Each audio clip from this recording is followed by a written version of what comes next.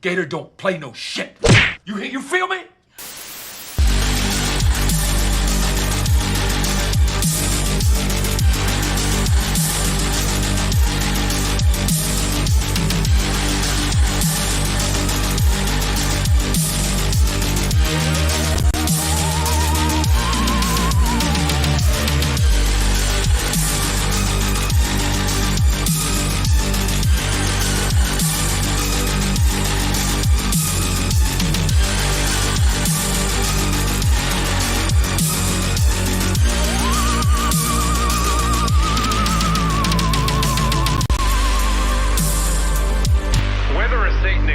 Is a matter of belief, but we are certain that Satanism exists.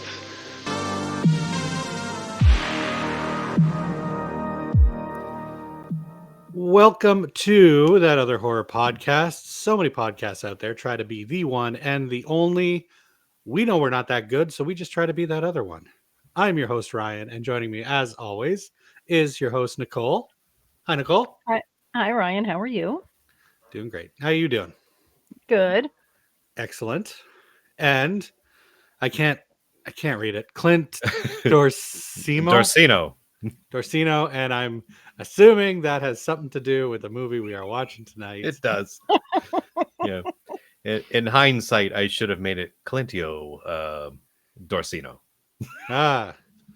Referring to Jonathan Fuller, I got the IMDb pulled up as Giorgio Dorsino. Yes. I don't know who that is. Was that the brother, the lawyer, or was that the cop? No, that was the guy in the basement, wasn't it? I do believe that it was the castle freak. That was Giorgio. That was our quote-unquote freak, our castle freak in tonight's movie, Stuart Gordon's 1995 magnum opus, some would say, Castle Freak.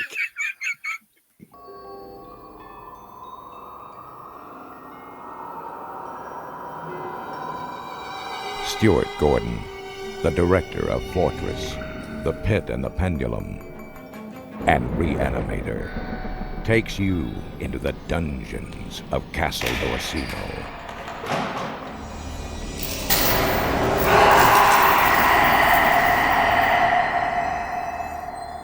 Now an American family. Welcome to Castle Riley, lady. Will inherit a legacy of evil. They say the castle is haunted. And a master of modern horror.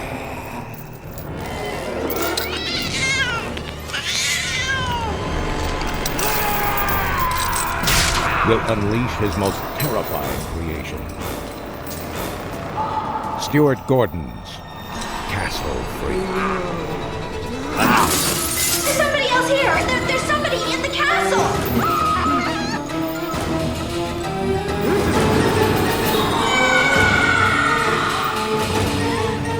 We want you to search the castle.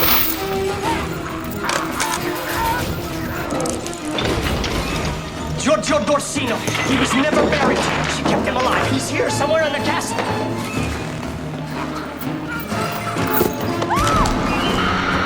There is a madman in there, and my family is in danger.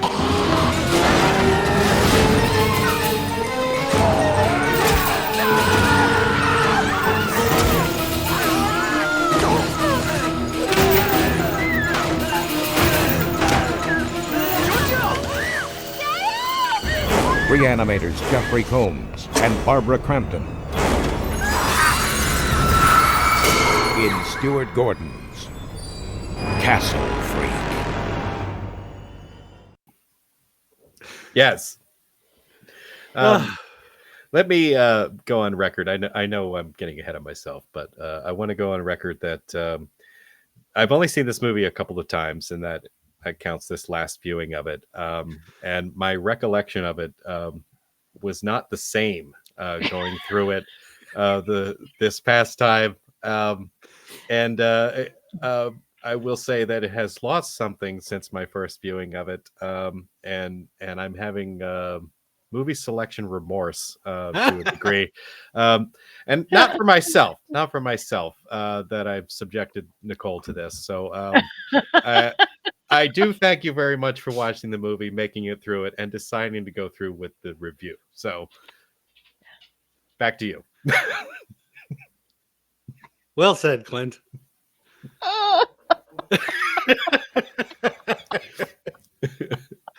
Before we even start touching on what Clint was just talking about, we are going to kick our feet back up. Back with our feet up. Thank you.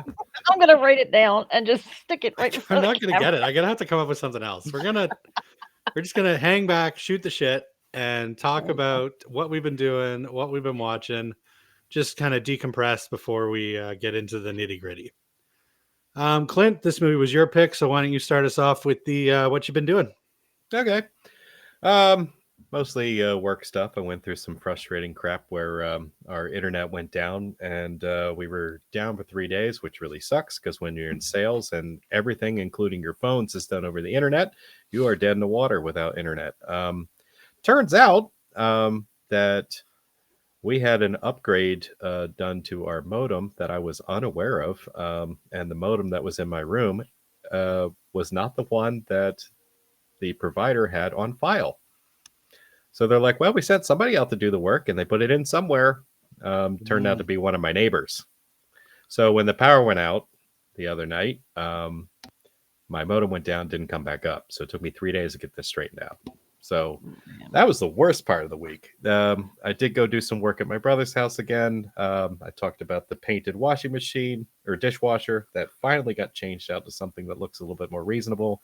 Did a few more switches, upgrades, some wiring. It's coming together. The place is looking pretty good.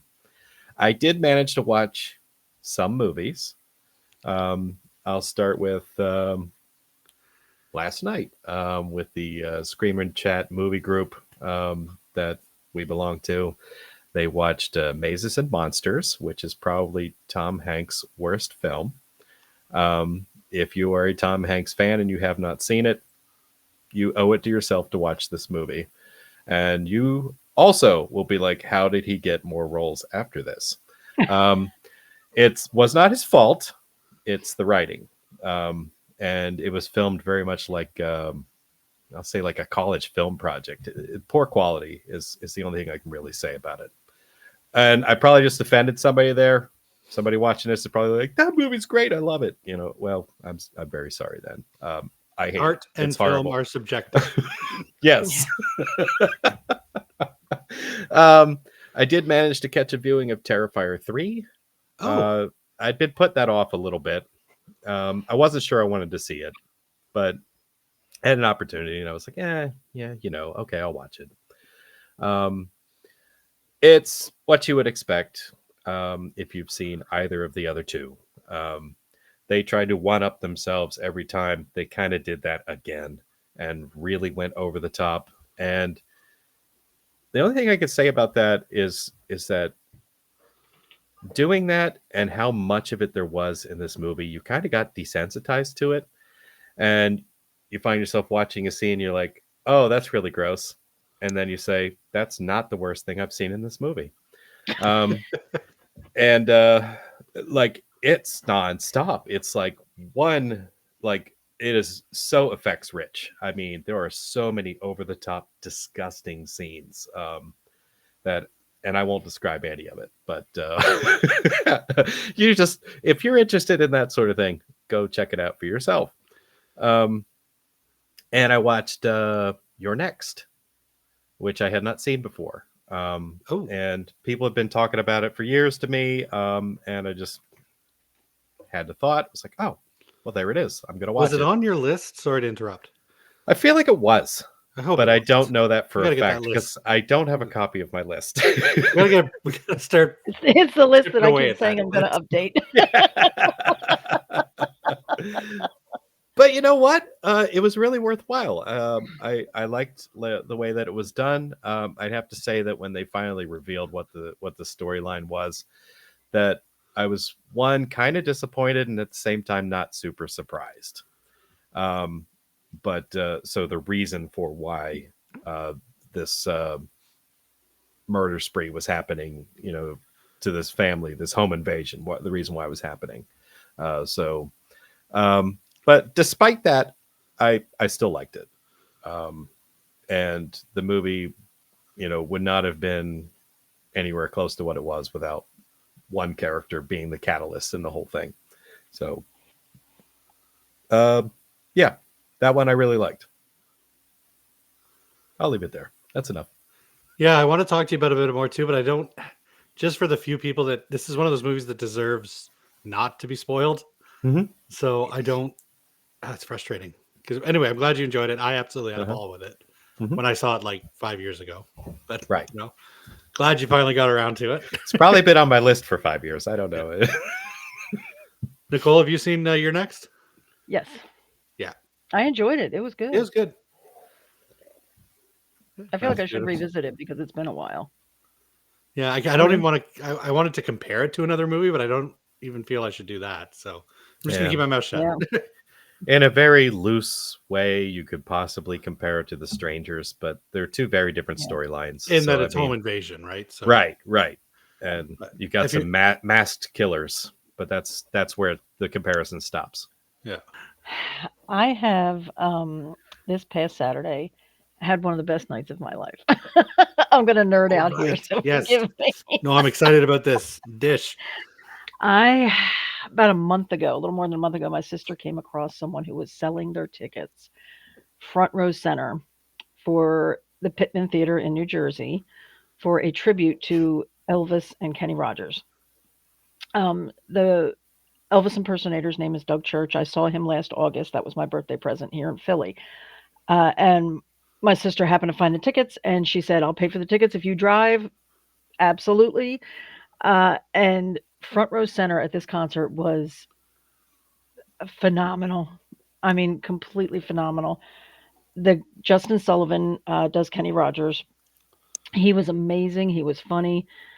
Elvis is, in my twisted mind, it's Elvis. And I acted like it was Elvis. And the stage, for where the seats were, there was no leeway. There was no leg room. My knees were hitting the stage. We were, right there. I got the first scarf that he gives out. He throws out scarves to the ladies, and we kind of played tug of war with it. He went like that to me, and I grabbed it, and he pulled, and I pulled, and I said, I will come up on this stage.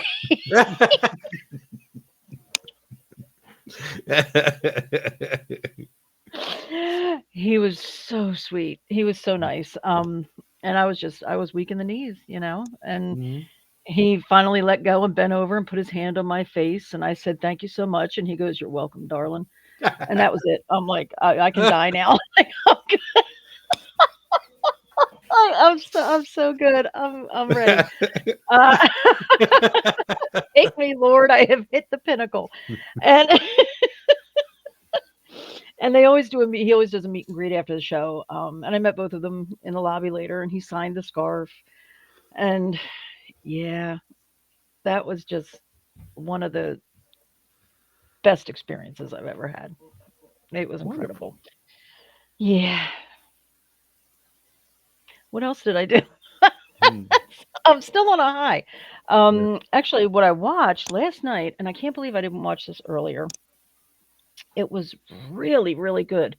It's called The Other Side of the Door with Sarah Callies from The Walking Dead. And the guy whose name I can't remember, he was in Clueless. It was really good. Really, really good.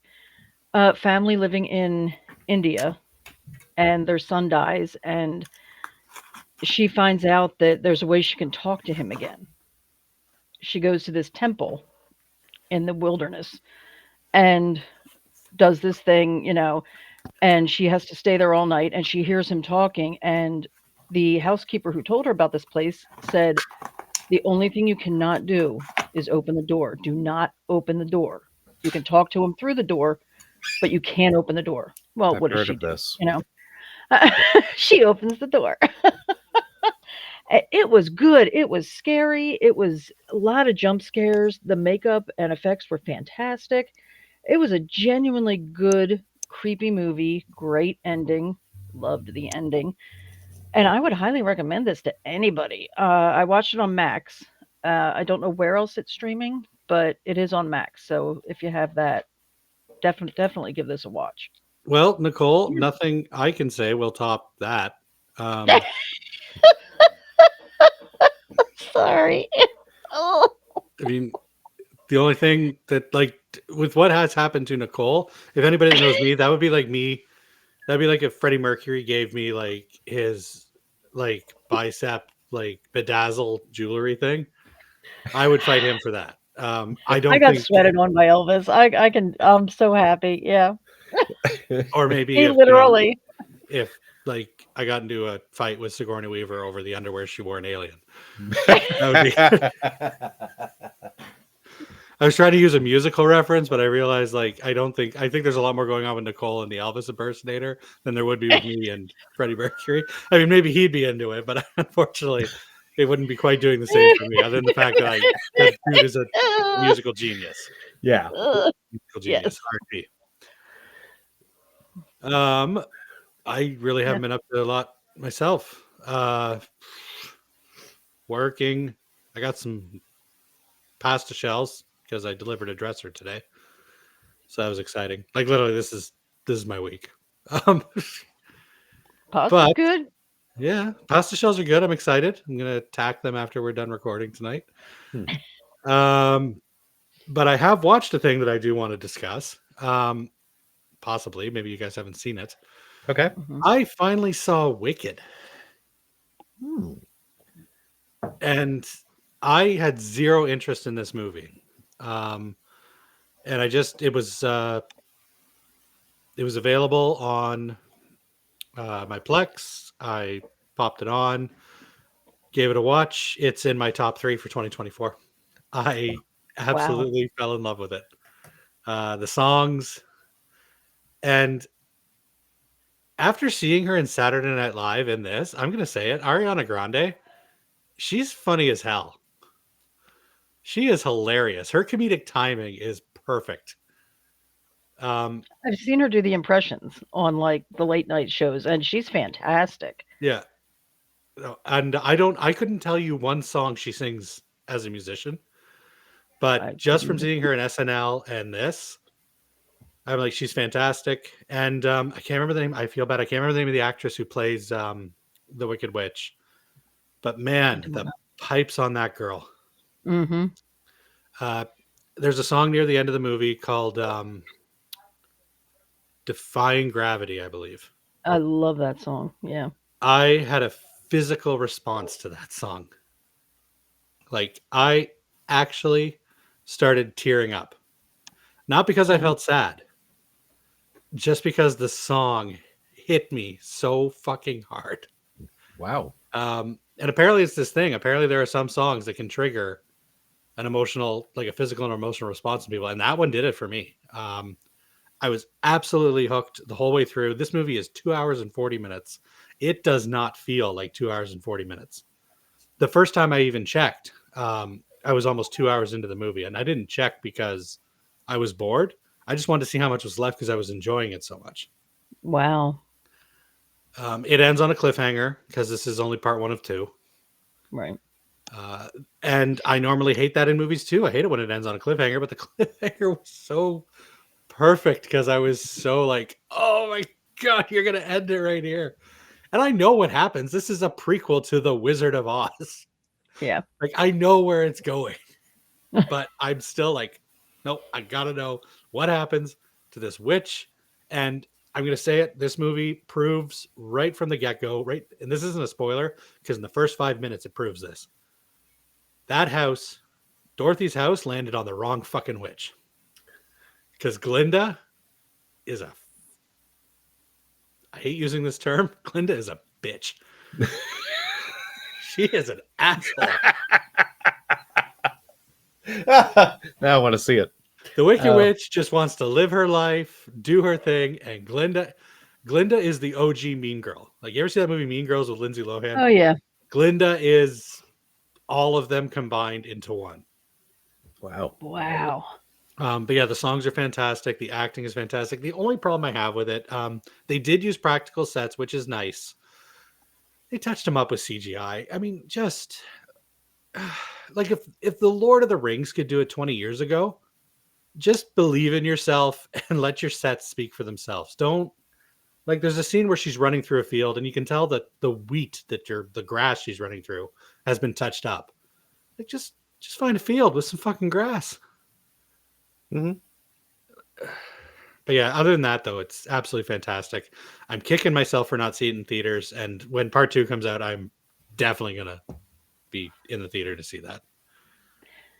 You said that the actress who plays the Wicked Witch has pipes. I saw a behind the scenes like snippet while I was scrolling through something, and when she's doing, most of the time in movies they lip sync.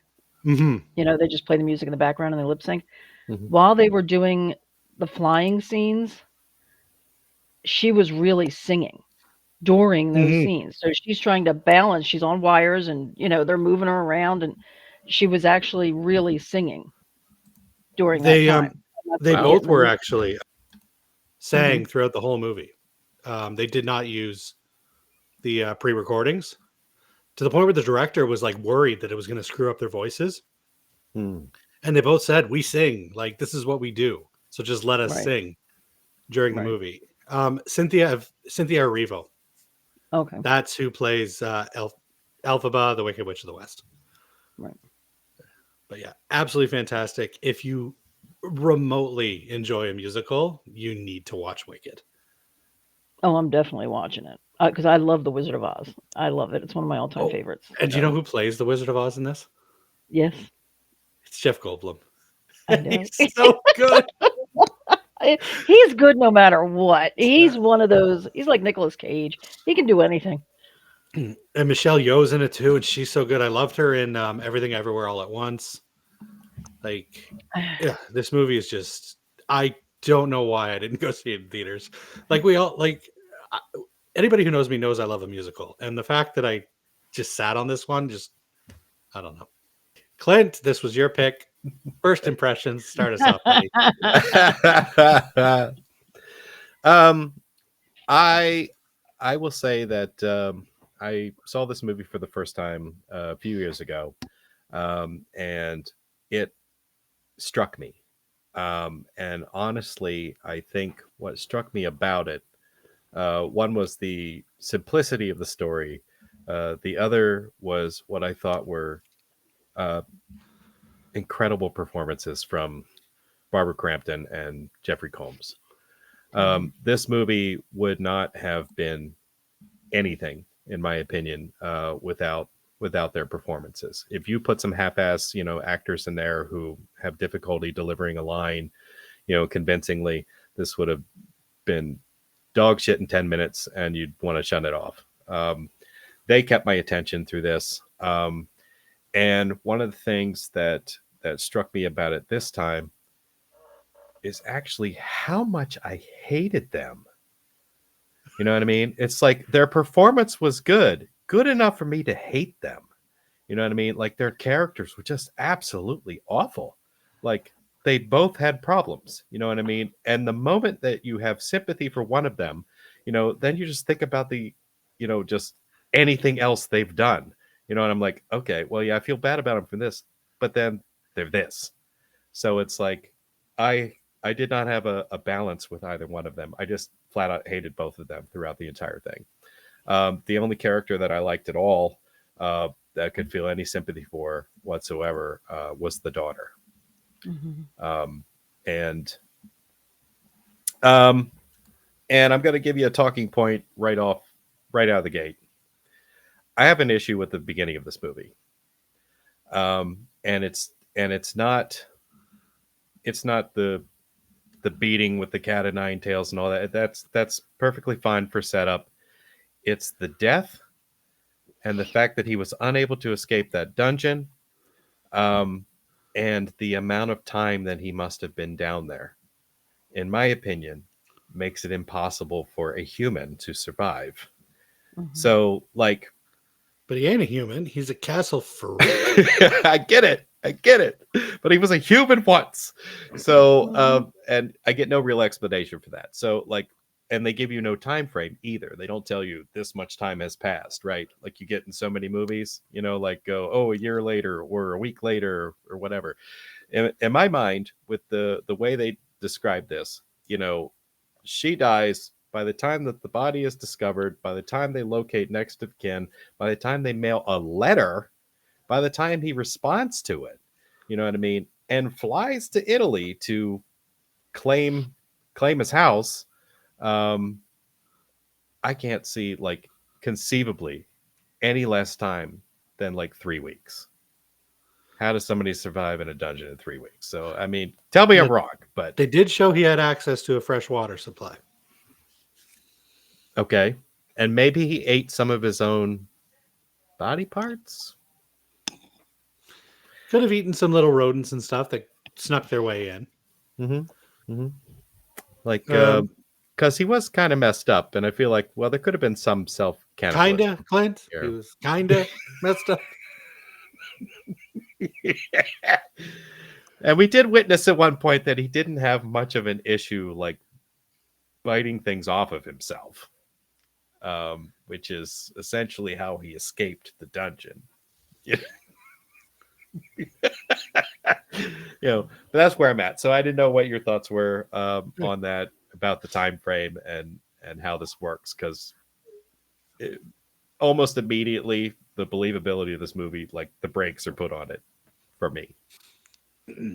I have an issue with something in this movie too that I felt could kind of make or break the movie, but I'm going to put a pin in mine because I'm very, very curious. This was a first time watch for myself, but it was also a first time watch for Nicole. Okay. Mhm. And Nicole, what were your first impressions? I don't think we have enough time for that, Ryan. Like, you have a box of like 300 pins that I can. Yeah. Well, you guys know I messaged you 5 minutes into the movie. I messaged you and said, "WTF am I watching?" First impressions were, okay, I don't like where this is going immediately. I am not into the like Terrifier, Hostel, torture porn type movies, and that's what we get right out of the gate. Then we see Jeffrey Combs, and I'm like, okay, it's getting better because I do love Jeffrey Combs, and I love Barbara Crampton, and it was a little slow to begin. I don't even know what to say here without just blowing into the entire movie. All right. Well, I will. I can quickly give my first impression there, and then we can just jump right into the entire movie. This surprisingly was a first time watch for me too. I thought I had seen it before, but it turns out I have not. I have seen the remake a couple of times. Weirdly, Nicole, the issues that I feel you have with this movie are the same issues I probably have with this movie.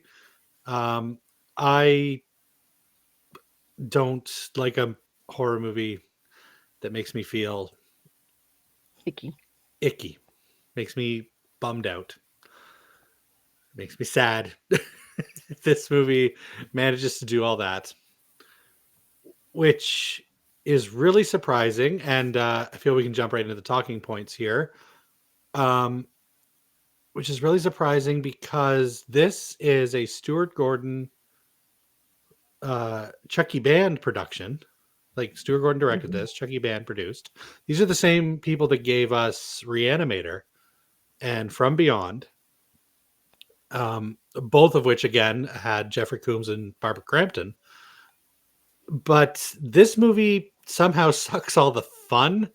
Like there is nothing that happens in this movie that doesn't happen in Reanimator or From Beyond. Mm-hmm. But those movies have a lighter fare to them. It's a little more over the top, a little more zany, a little more goofball. Like when you see a decapitated head going down on Barbara Crampton in Reanimator, you're like, okay, that's just ridiculous. In this movie, it is shockingly upsetting. And I found out, I did a deep dive on that because I was like, what is going on with this movie? Stuart Gordon purposely wanted this to be dark. He wanted to to pull out all the fun and fancy free of his earlier projects. He wanted this movie to be remembered as he wanted this to be very Lovecraftian. He wanted this to be dark. He wanted us to feel gross at the end of this movie. He succeeded. He very much succeeded. And I don't know why he wanted to do that. I couldn't find an answer. But God damn, did he succeed? They did give credit to H.P. Lovecraft in this, so I'm thinking he was just a fan of those writings, and specifically, this is based off of a Lovecraft story. Yes, The Outsider. That's it. Yes. Again, though, just like Gordon's other adaptations, it's a very loose adaptation. Like The Outsider involves two brothers, one of which at the end of the story discovers he's the castle freak, which is what we get in the movie because that's who Giorgio is. He's the castle freak. And we do have the scene where he sees in the mirror that he's disfigured. And that's basically the short story in a nutshell. Everything else, like the Jeffrey Combs, the Barbara Crampton, all that's been added right on top of it. Okay. And this being a full moon picture, they did this in full moon fashion where they saved as much money as they possibly could. And actually, I guess the president of Full Moon owned this castle, and they're like, hey, why don't we shoot there? Let's write a movie around that castle. And all they would have to do at that point, other than blocking out the time, is to fly their actors to Italy and film a movie. Yep, that is Chucky Band's castle. Which he, by the way, if you ever want to read a very interesting memoir, read Charles Band's memoir. That dude has lived a life. And he actually goes into great detail about how he got that castle in an auction. Oh. And in classic Chucky Band he kind of cheated. He got it for a steal. Weird. But no, the dude has lived an amazing life, made countless fun horror films. Not this one. But he has made a lot of great films. And I'm shitting on Castle Freak, which it is a gross movie, but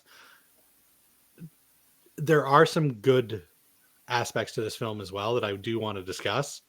Number one is because this is a darker movie and a much more serious and somber film, Barbara Crampton and Jeffrey Combs have an opportunity to kind of really pull their acting chops. And I feel this is some of their best work. What do you guys think about that? No, I totally agree. Yeah. And that was going back to my previous statement. That was the thing that struck me about this the first time I saw this movie. It's like I was absolutely impressed by their performances and how well they were able to portray the emotions that they were trying to put forth, because all of my other experiences of theirs are the same movies you talked about before, like Reanimator and From Beyond, where they're a little cheesier, they're a little bit more over the top, they're doing overacting, and there's a certain comedic element to it, whether it's intended or not. This was completely serious. And they were trying to more or less act like real people who had been through traumatic events and who were about to go through another one. And their journey is what was compelling to me. Like, the story was secondary, because if I'm being honest about this, the story ain't that great. You've got the freak getting beaten, by his mother. She dies. This family flies over, somehow don't realize that there's a dungeon in their house with this dude trapped in it. And they just want to sell it off. And,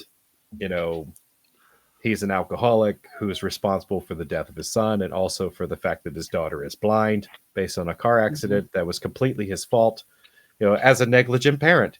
and he's sitting there still trying to be a negligent parent, which is why I hate him so much, is because he has a lot of guilt and he should.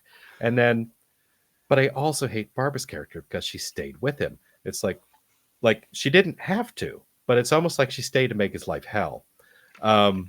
Because she could have just divorced him, because there's no way they're reconciling these differences. Like, you get that throughout the movie. There's no way they are ever going to reconcile. But strangely enough, by the end, they kind of do, but he had to make a very big sacrifice for that. Yeah, what the hell is this movie trying to say? Because no, you're absolutely right. Like, Barbara Crampton's character. Mm-hmm. Now, at the same time, I get it. She, like, realistically divorce the asshole, get rid of him, move on, because this isn't healthy for her either. And this is 100% not her fault. She doesn't deserve to be in this situation where she's trying to fix this relationship, because there is nothing to fix. Right. He's been nothing but mopey about the fact that, and we see that in the movie. He's like, "Oh, I miss you so much. It's been like," what he said, like 9 months or some shit like that. Mm-hmm. Right. Like, no, buddy, no. Right. You don't deserve her. And the fact that she's even attempting this, she doesn't deserve to put herself through that. I don't know if it's some kind of play, because this would be something very Lovecraftian, is that she would almost be getting, the only satisfaction she can get is knowing that it's kind of furthering his madness, mm-hmm. that she's giving him that little glimmer of hope. Right. But the movie doesn't do a good enough job of kind of portraying that. I agree with you 100%. I think she just should have GTFO, taken the kid, gone. The daughter is really the only character who has any redeeming qualities. Mm-hmm. And that's the only part where, and again, this is just, and I get where Barbara Crampton would be very protective of her daughter, of course, with what happened to her son. But that is where the character of Susan kind of gets under my skin, is that she won't give her daughter any freedom at all. And she's refusing to just, I mean, this is a girl who's clearly, what is she in this movie? Like 16, 17, 18? Mm-hmm. Something like that. Let her do her own thing. Like, even from a distance, just the helicopter parenting is very strong there. And that is definitely, I can understand, I can sympathize with Barbara Crampton, but it is, she needs to let go of her kid a little bit and just now, to be fair, the one time she does let go of her kid, she activates Castle Freak. Which, by the way, okay, that pisses me off so much. This movie could have been over in 25 minutes. Mm-hmm. The daughter hears Castle Freak. Yes. Runs up the stairs, says to her parents, who are now bickering because, Jeffrey Combs lost her in the castle. The parents are arguing back and forth, and she is trying to tell them there is something, like a human something, just down this flight of stairs. Yeah. Walk 14 steps and you will witness the Castle Freak. And they don't. They tell her, you must have been hearing. Even if humor her, for fuck's sakes, humor mm-hmm. her, go down the stairs. They don't, and we have the rest of the movie now. He was still chained up. Mm-hmm. They could have gone down those stairs, seen him, and been like, nope. Call the police, boom, movie's over. And the fact that they don't do that, especially the mom character who we've established is very, very protective of her daughter. If her daughter had said, there's somebody down there, somebody that, like, something I did not like, something I felt threatened by, would she not have checked it out? I think so. But she didn't. Yeah. And we have Castle Freak. Yes. Because he broke his thumb. Yeah. Bit it off. Bit it off. Yeah. Go ahead. You got something, Nicole? Oh, I got a lot. I was just giving Ryan a chance to. That was about it. express his opinions. No, you go nuts. I'm gonna go nuts. All right, number one. Here we go. He's trapped down there for so long, like you said, 3 weeks minimum. 3 weeks. Why is it that he can't get out, and yet when the prostitute gets chained up and when the daughter gets chained up, they just slip their hands right out of the cuffs? The cop Get pulled them- the cuff right off of the prostitute, and Barbara Crampton pulled the cuff right off of her daughter. You got them dainty lady wrists. Yep. And at the end, Jeffrey Combs slipped his hand right in. Exactly. Oh yeah. Made no sense. When the movie starts out and we see Barbara Crampton ask the housekeeper for a separate room for her husband, I was like, "Oh, what did he do?" And then he's like, "It's been 9 months," and she talks about forgiving him, and I'm like, "Oh, he cheated. Like, what's going on here?" Mhm. Then we see the flashback of the car accident, Mm-hmm. and I'm like, "Okay, it was a car accident, but it was." I'm not saying I would forgive him immediately, but it was an accident, you know. Right. And I'm like, okay, she's being, I think, a little too hard on him. And then we find out he was drunk. Mm-hmm. And I immediately think to myself, this guy gets whatever's coming to him. I would have killed him. I mean, I would, yeah, if somebody was driving drunk with my kids and this happened, I would have buried them right then and there. I wouldn't have even tried to salvage anything. I wouldn't have anything to do with them. Like you said, just get the fuck out, Yeah. The Castle Freak is something I really did not need to see the lower half of. I was not expecting that. Castrated peepee. Yeah. It looked like a triangle. And I did not need to see what was left swinging as he ran up the stairs. Oh my god. That was part of what made me think that he had possibly done some self-cannibalism. No, Or they I do was mention thinking the mom did that he was castrated. Okay. Yeah. That doesn't explain the pancake. Well, he doesn't eat much, so the pancake ass running up the stairs makes sense too. And for somebody who's been trapped in a dungeon almost his whole life, he's got some decent muscle tone. Like, I don't know how he could still move, because I immediately thought of the people under the stairs. Like, shouldn't he be a little skinnier, like almost skeletal? He hasn't eaten in months, Um, Yeah. Strangely enough, the actor did lose weight for that role. He did. He lost like Really? 60 pounds or something like that, I think. Yeah. I think the suit that they put him in, like, Bulked him up a bit. just made him look bigger. yeah.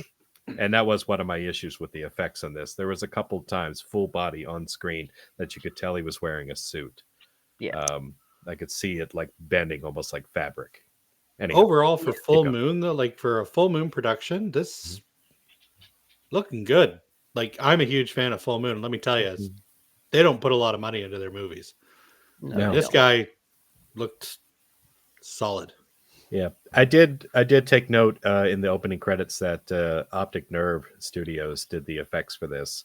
Now that's of course the original founders of Optic Nerve, which later on it got sold to Glenn Hetrick, who has his own effects company. So, but this was before that. This is before Glenn Hetrick bought it.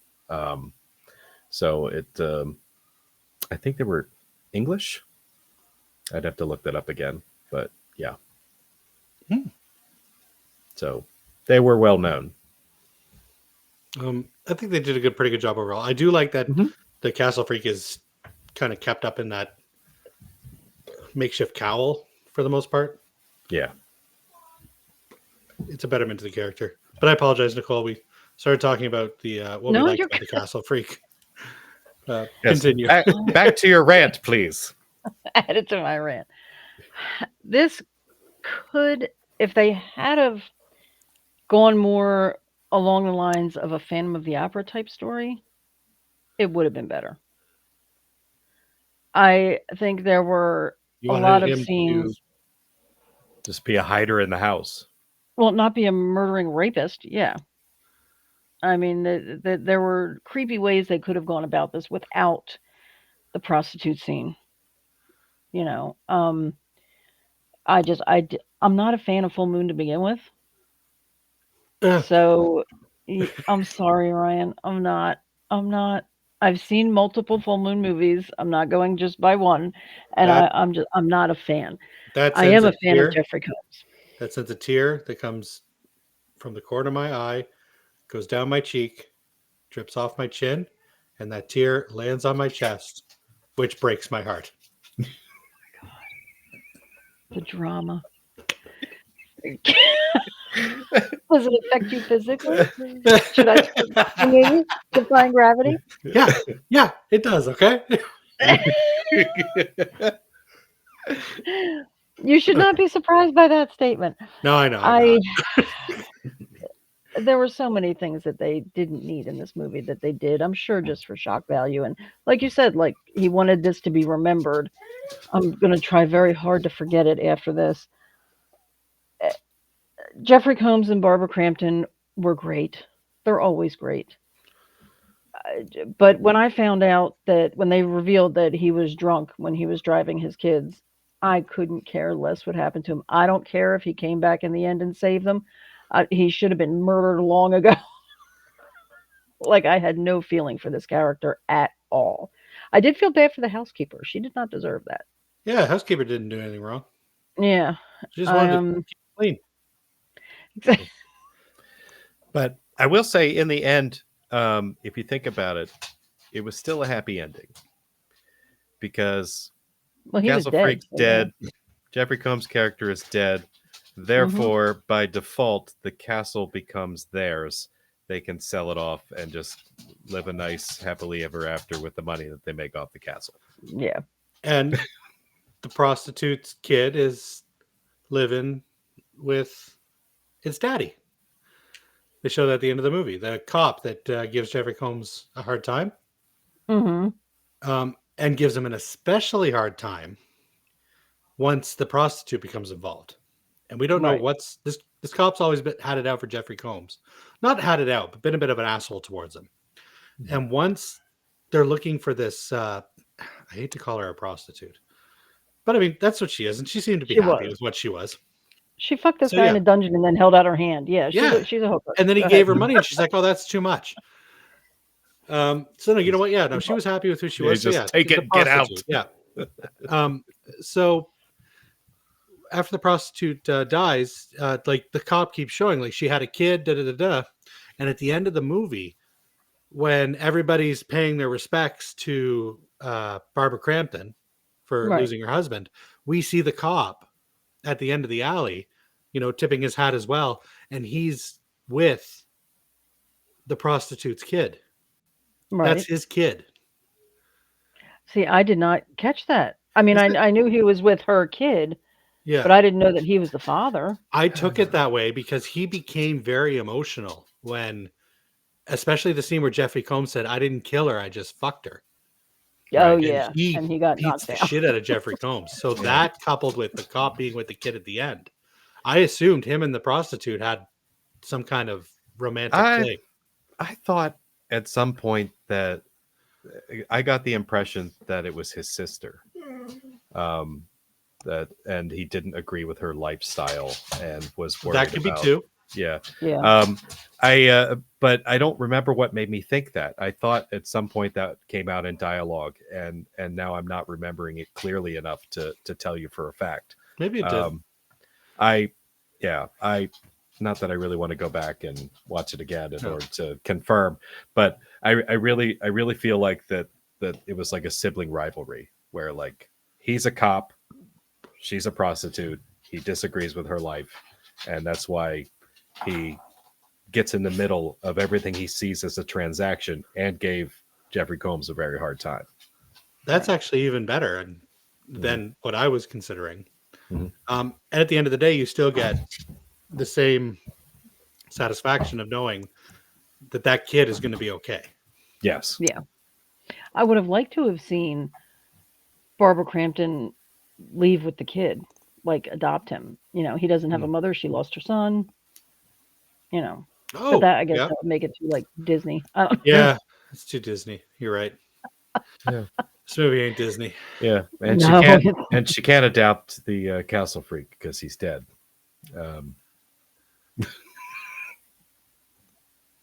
Well, What the fuck was this movie? Um, I don't know. Good question. I do want to touch base on the music too, because again, this is although it wasn't, I don't think it was technically Full Moon anymore. It was 95. I think Full Moon was starting to shut down, but it still had, I believe Richard Band still did the music for this, which is Yes. Charles Band's father. Um, big surprise. Richard Band is really hit or miss for me. And this movie is another miss. His style of music always seems so whimsical and fancy free. And when you're dealing with a movie that deals with the topics that we have brought up, I'm not going to mention them again. Whimsical and fancy free just don't work. It worked so much better. Full Moon did have an offshoot called Moonbeam, where they did kids movies, Prehysteria, Remote. I don't know if you guys know what the hell I'm talking about, but these were big things when I was a kid. But bit. Richard Band did those films as well, and the music really works there. Charles Band's reliance on his dad doing the music for his movies can be a detriment for the most part. It works for Puppet Master, and honestly, I think that's about it. And this movie is no different. I can't stand the music in this movie, and I'm a big advocate for the music as another character in the film. That's my little rant on the music. I didn't care for the way the music fit this film either. So, and actually now I got to look at my list to find out if I gave it marks for the music. Glenn's going into the list. Oh, I did. Okay, I'll fix that. All right. This movie just shouldn't have been made. I couldn't give a shit about the characters. For me, again, this is a personal thing for me. There were scenes in there that were not necessary at all. If anybody is listening to this or watching this and you have some triggers, I would recommend not watching this movie. It was, like I said, it made you feel icky. I not a fan at all. Jeffrey Combs looked amazing soaking wet in the rain. Other than that, no. I could just see Nicole's like duality going on there. Like, I hate you. You're such a fucking asshole of a character. God, do you look good in the rain, though? Just like, oh, you're a dick. I hate you. I hope you die. And when you die, I hope you just lie there with your shirt kind of open. And you're Yeah, I do. I do love the villains. I hate the heroes. I love the villains. And he was a villain, but not the right kind of villain. I like Negan, and he was just not. He was just a dick. Negan killed Glenn. I love Negan. Loved him. If I were in the Walking Dead world, I would marry Negan in a heartbeat. Well, okay. I don't know how to. Yeah. It should compress be like that. she just turned to him and say, "Kill that one now, please." Please. That one. Please. That's another problem with this movie, though, as you pointed out. You like a villain. There are no likable characters in this movie, other than None. again the daughter, which for some reason, have we even mentioned that she's blind? I did. Okay. She forgave But, her father for blinding her. Yeah, when I talked about the car accident. Yes. Oh, that's right. You did bring that up. And I know you were talking about Barbara Crampton with her being a helicopter parent, but as a mom, I get it. I would be the same way too. First of all, I wouldn't let my daughter around him ever again. I don't know how he wasn't in jail already, but I get the weird. helicopter parent. I wouldn't let her out of my sight. Yeah. On a side note, I feel everything about the cop was understandable. Like, even though he was giving Jeffrey Combs a hard time, it was for good reason. Like, he was clearly doing his job and wasn't bad at it either. I like the cop. And yeah, I liked him for the fact that, he was trying to get to the bottom of things, that he was, all of his motives were in the right place, I should say. Yeah. To be fair, though, in a way, he's a likable character for that. If the cop had taken it seriously, when they were initially saying there's somebody else in the castle, his which we have not established yet, his sister or lover would probably still be alive. We just went flowers in the attic without even I said meaning. or. I said or. I didn't say and or. Yeah. That's true. They didn't take the original complaint seriously enough and did not search the place to find the castle freak. And that I didn't get. I don't know why. But again, that's just more of a token ACAB kind of thing. Like, hey, it's the cops, so they're useless. And this is how we portray them in movies all the time. Mm-hmm. But yeah, had they taken the initial threat more seriously, again, the movie probably went over a lot sooner. Yeah, that's fair. That's fair. It's also another country, so they might just operate differently than we do. Mhm. You know, Yeah. Oh, you never crazy know. Americans. You and your people in the basement.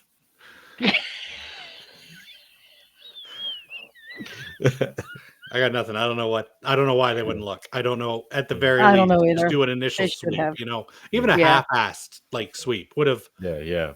If anybody had gone in that basement, other than the blind girl, they Yeah. would have seen the evidence. Yeah. There was a yeah. dead cat that That's had another clearly thing. been eaten. Yes. Oh, that's another thing.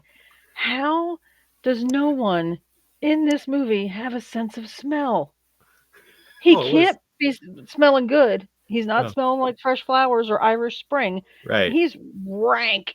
He's a necrophiliac. He fucking raped a dead woman. And then That- he's standing next to the girl's bed and she's still talking, thinking it's her mother. I'm like, you can't get a whiff of he's right here. no, that dude You smells like can't. swamp ass, 110% guaranteed. Right. And you're sitting That's there true. talking to him and you think it's your mother. No, it's something rotting with 5-day-old blood caked all over him. And Yeah. what's he doing? Like, he doesn't have toilet paper down there. Exactly. He's got He's to have a wiping rack. his ass with his hand. I guarantee it. Yeah. Maisie didn't die of infection somehow. Yeah. Dysentery. Mm-hmm. Like I say, he's been chained up, but he can run up those stairs pretty quick. Flopping the whole way. You guys didn't catch that? Oh, I I got saw it. it. I was actually on. I couldn't figure it out because his ass is so pancakey. I was like, oh, he's wearing some kind of loincloth or something. But then that scene happened, and I saw like the jingle jangle, and I was like, wait, I just saw his ghibli bits. But and then I'm like, no, he's wearing a loincloth, and I had to pause it, and I'm sitting there with the TV paused, and I'm leaning in, look, and I'm like, oh no, that's his ass. It's just so Yeah. flat. And I immediately went to Amityville 4. That's all I saw. Just balls right there. That's all I saw. Balls. Just But she was balls right there. castrated, so you'd think the balls would be gone, but no, they're there. Yeah. They're there. It looks like they just cut the tip off his How does that work? the castration. They how cut that off the work. balls. They leave the dick, but clearly his dick was mangled. No, castration. I thought castration was they cut off the penis. No, the balls. Cut off the So what is it when they testicles. cut off the balls? They just make you a eunuch? That's a eunuch, right? Yeah, but that's castration. Oh, You need okay. the I thought penis. castration was cutting off the penis. No, you need the penis to pee. Oh, okay. But if Yeah, you how cut off does the he balls- pee? He had to have a bladder infection at that point. I mean, yeah, which smells even worse. Smells like cabbage. But yeah, once you cut off the once it you cut off the smells test- like cabbage. once you cut The off the fact that you testicle- knew that. I worked at an old folks home. Okay, I know what a UTI smells like. I know. Once you cut off the balls, that like all the testosterone and everything, that's gone because that's where everything is produced. And Clint's just sitting there like, can we please change the subject? We are getting gold in this discussion. I am loving this. I'm like, I had no idea we were going here. I didn't either. I was going to mention the balls as a side note, and now here we are. Huge UTIs discussion. and UTIs. Yeah, cabbage. Weird. It's definitely an odd odor, but it's very recognizable. again, this blind girl. And when you're blind, your senses are supposed to be Right. senses are supposed to be better. Well, She apparently can't the smell only this. one. Yeah. Apparently, the only sense of hers that worked was her hearing, because she's hearing this castle freak screaming in the castle and nobody else does. The whole Exactly. lot. We're all here in the Castle Freak. The fact that the parents aren't here in the Castle Freak makes me Yeah. question if they got hearing. I mean, Jeffrey Combs might have had his damaged in the accident, Yeah. but Barbara Crampton ain't got no excuse other than the fact, like, we know she's blind to the fact that her husband's a complete asshole. But her hearing is still there, I'm assuming. Although I guess you hear that much bullshit being thrown out of his mouth, eventually maybe you lose that too. Yeah. She was I don't just know. tuning everything out because of Yeah, her just anger. nope. It's all Yeah. just a ringing. That's right. But yeah, I think we've done a pretty good job covering. Oh, I think so. We covered a lot. Yeah. We did. I Um, did yeah, I go did ahead. want one final thing, just a positive on this movie. So despite all the things we've shit on about it, I just want to say that I feel like the rooftop scene at the end was absolutely beautiful. It was. I think Yeah. it was shot well. We got multiple angles. We got an intricate fight scene. We were in the rain. You know what I mean? We had like lighting that made, just cast a glow on everything. You know what I mean? And we've got this this defeated, beat down, like seemingly unredeemable father who just gets his ass kicked and he's laying on the ground, and you just watch the chain like dragging by him as this thing is going for his family, and he just grabs it. From that moment, I was almost cheering for this, because he picked it up and he stopped him, slipped his hand in it, and started pulling him back, and then finally had the guts to do what he couldn't do earlier in the movie, and he leapt backwards off the castle. And I'm like, that was fucking amazing. Like, to me, that was the most perfect scene in the whole movie. And you don't have to watch the movie to see that. So, I mean, if I was going to recommend something to you about this movie, go watch that last scene. I will agree with you that yes, he doesn't, like, he's a terrible person. Mm-hmm. It's not so much that he redeems himself in that moment, but he does what he needs to do. Yes. Mm-hmm. That is, it sounds weird, but that is the least you could do. Yes. Is sacrifice yourself to save the rest of the family, because your really shitty decisions is what has broken up this family to begin with. The least you can do is fix that by taking out the new threat and doing it in the best way possible. Not the best way possible in that you get rid of yourself.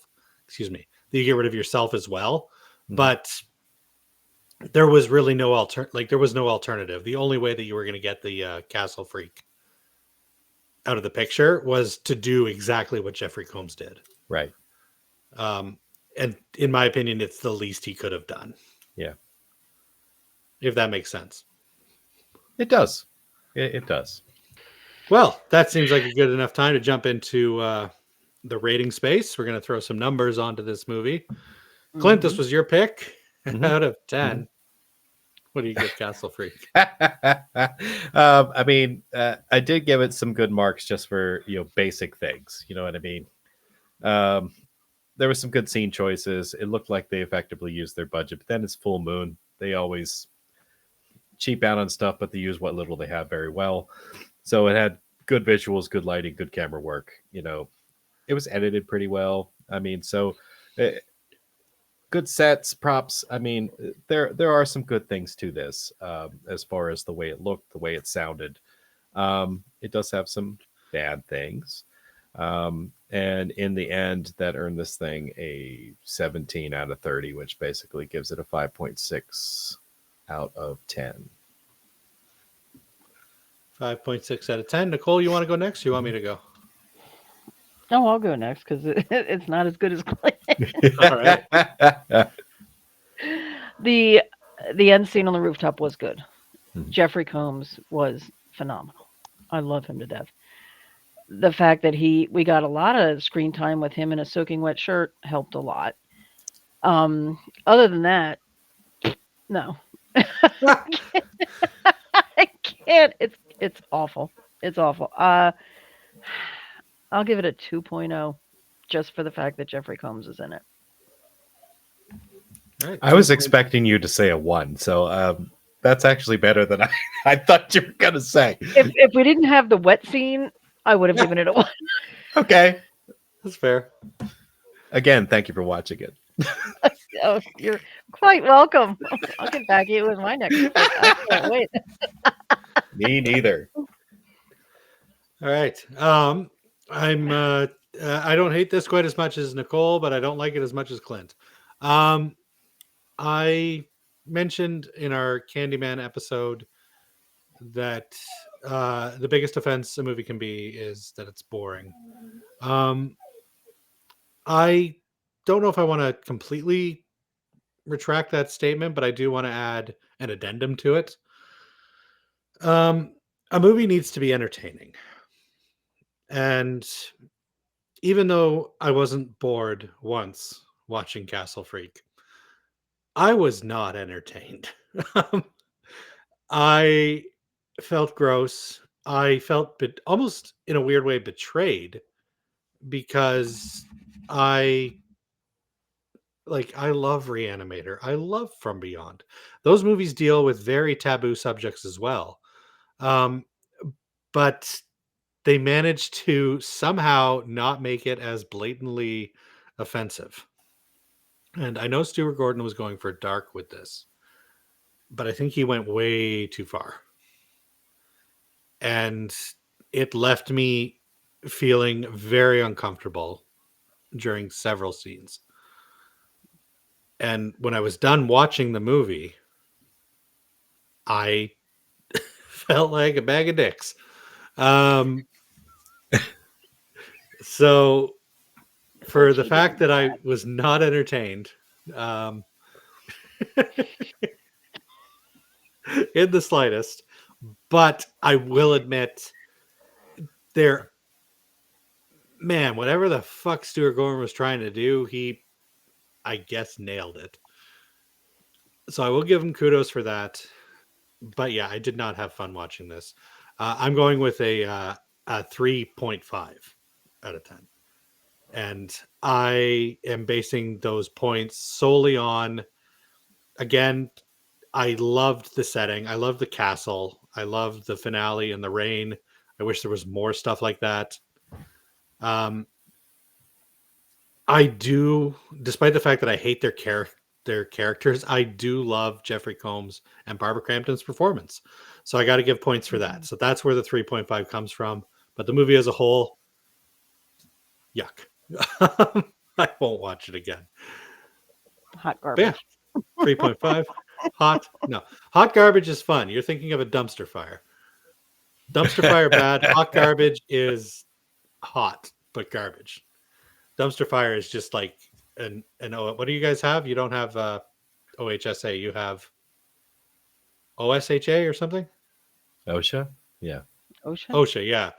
Yeah. Dumpster fire is an OSHA violation. Hot garbage is something fun. Okay. I will make a dumpster fire then. All right. We got our ratings in. So really quick, we are going to play our little game where we try to guess the letterbox reviews. I'm curious to see how you guys do with this one for Stuart Gordon's Castle Freak, 1995. There are 19,382 ratings for this movie, and 19,000 people watched this movie. 19,000 felt the need to review it. To rate it. Out of 5 stars, Clint, this was your pick, so you get to go first. What is the average rating for Stuart Gordon's Castle Freak? I'm going to guess that there's more higher ratings of this than there are lower ratings, so I'm going to put the average a little bit higher than I normally do. So I'm going to give this a 3.9. 3.9 for Clint. Mm-hmm. Nicole, what do you got? 1.0. 1.0. You guys are going to make me do math. Clint is going to take this only because we don't do Prices Right rules. This movie so I was over. Okay. Yeah, this movie has a 3.1. Okay. Wow. Which is higher than I thought it would be. Okay. Because what did we just watch? Candyman Farewell to the Flesh. Now, Nicole, to give you some semblance of hope, if I had to choose, like if someone had a gun to my head and was like, you got to watch Candyman, Farewell to the Flesh, or Castle Freak, I'm going to pick Candyman. And this movie has, I refuse to believe this movie has a higher rating than that. But people did give it a 1-star rating.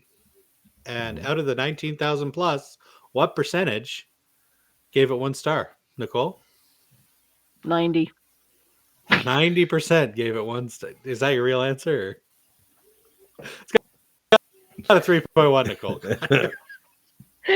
I'm going to say 10%.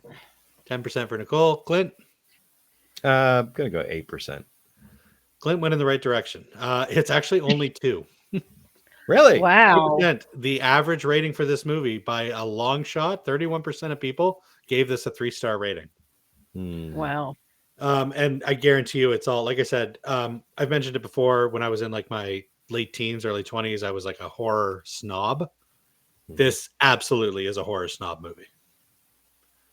So that's where those 3-star ratings are coming from. I guarantee it. Because this movie ain't fun. A lot of people like Reanimator, and I can't figure that one out. So, oh, it's fun. I hate Reanimator. I hate it. Jesus. Stupid. There was one funny scene in that entire fucking movie. It was awful. Tough crowd. This podcast, Nicole, I am learning more about you all the time. I am not a Full Moon Chucky Band fan at all. All right, so just before we name next week's movie, which is going to be another pick by Clint, we're just going to quickly drop our plugs. I, as always, am 1/3 of the Hormonal Werewolves. We have a YouTube show. You can check it out. Watch movies, new and old, good and bad, everything in between. If you like listening to this podcast, then you'll probably like watching that show. Nicole, you got anything this week? The only thing that's on my mind this week is the concert from Saturday night. Doug Church is an amazing Elvis impersonator. If you like music, if you like Elvis, find him, go to a show. It's incredible. His voice is spot on. He's on Facebook, he's on Instagram, he's got a webpage. Check out his schedule and go if you can. Fantastic. Clint, what do you got for us? As per usual, and always from this point forward, I will be plugging the Grease Stain Cinema YouTube channel. I started that specifically to highlight independent films. That is my focus.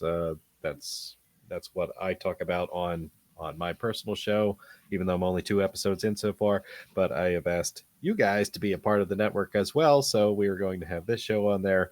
We are going to be uploading the Amityville retrospective, which I think is awesome. I'd like to have the entire collection all in one place, and of course, you'll be adding to that collection for the next 50 years, 27 years, I think.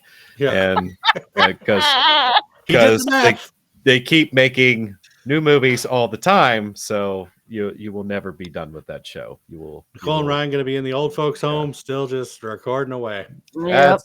That's right. Hear the creaking of our rocking chairs as we're. That's right. I got a new chair; it doesn't creak. Yeah, but I also have good. Mine still does.